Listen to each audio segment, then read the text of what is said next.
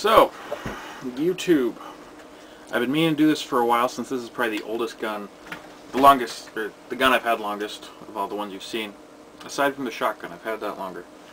This, safety check, nothing in there. I hope you can see this okay. I couldn't really find a good spot. My bed, I've been cleaning and there's a bunch of crap on my bed, and yeah, so we're going to try it from here. Okay, so this was my main hunting rifle, probably still will be. I am going to use the Marlin for brush somewhat next hunting season. It is a Savage 110, which I don't think they make anymore. They make a 111, which is the same gun but with synthetic stock. I don't think they make the wood stock anymore.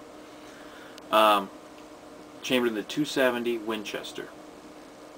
I should have got some bullets out to show you.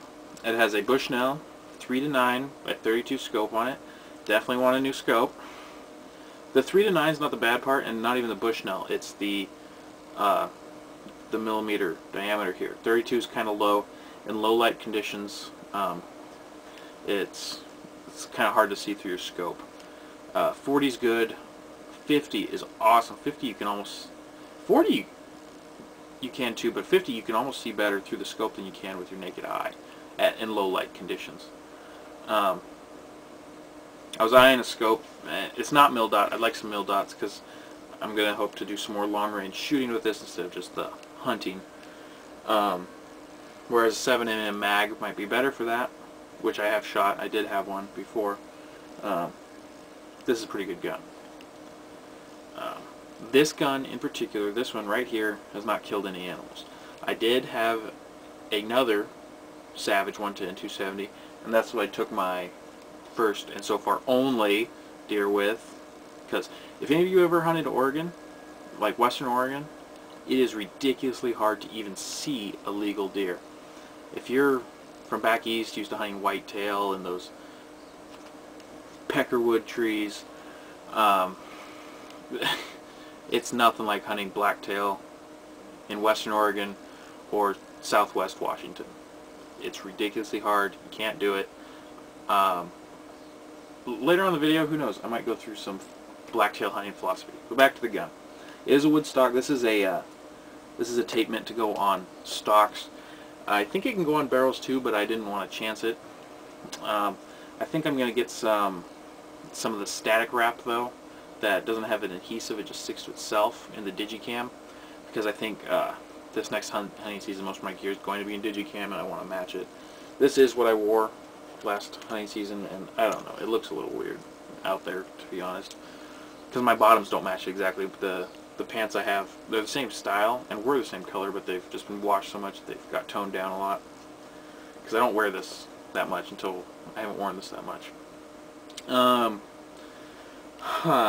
It's a light gun. Even with an optic, this is lighter than my 30-30. It's ridiculously light. This is the lightest rifle, full-size like rifle that I have ever had.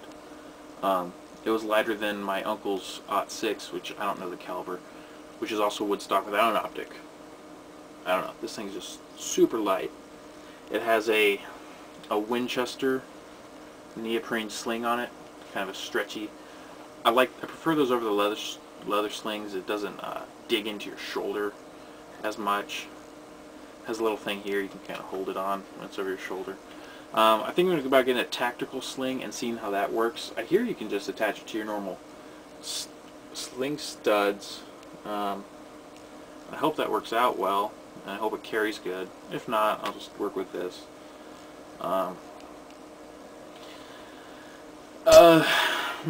Let's see. 270 is an awesome caliber. One of my favorite calibers. Probably my second favorite in all-around caliber. The first would probably be the 7mm Remington Magnum. Not the Ultramag. Ultramag's useless. Like, I mean, you do get a little bit more long-range ability, a little bit more power, but for the recoil and the price, ammunition, and the price of the gun, it is entirely not worth it. Anything you can do with a 7mm Remington Ultramag, you can do with a 7mm Remington Magnum. So, alright. But anyways, awesome gun. Shorter action. It has the recoil of an .6. Officially, if you go with the numbers, it has a few less kilojoules per whatever. I forgot my physics, but in recoil, but it feels about the same as a .6. The bullet is screaming, very fast, very flat shooting bullet. At the muzzle, it has a little less energy than a .6, but it will retain the energy longer. So at further ranges, this will hit with harder than a .6 will. Granted, it is a slightly smaller wound cavity, but not much. I personally have shot pop cans through this at about 400 yards. And I don't have all that much like that far range shooting under my belt with a 270.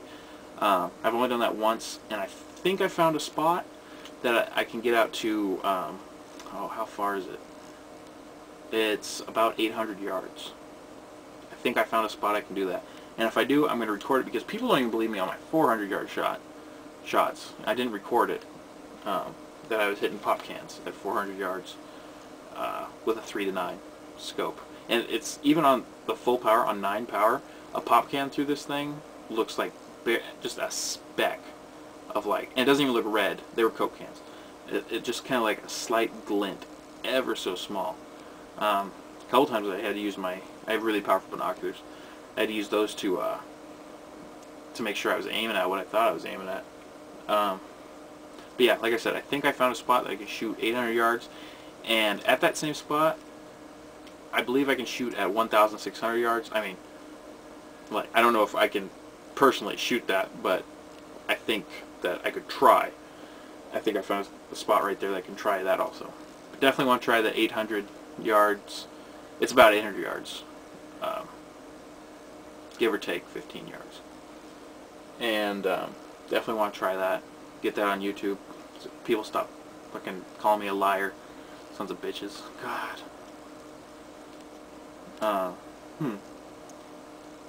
Anything else you want to know about this weapon? You can ask me.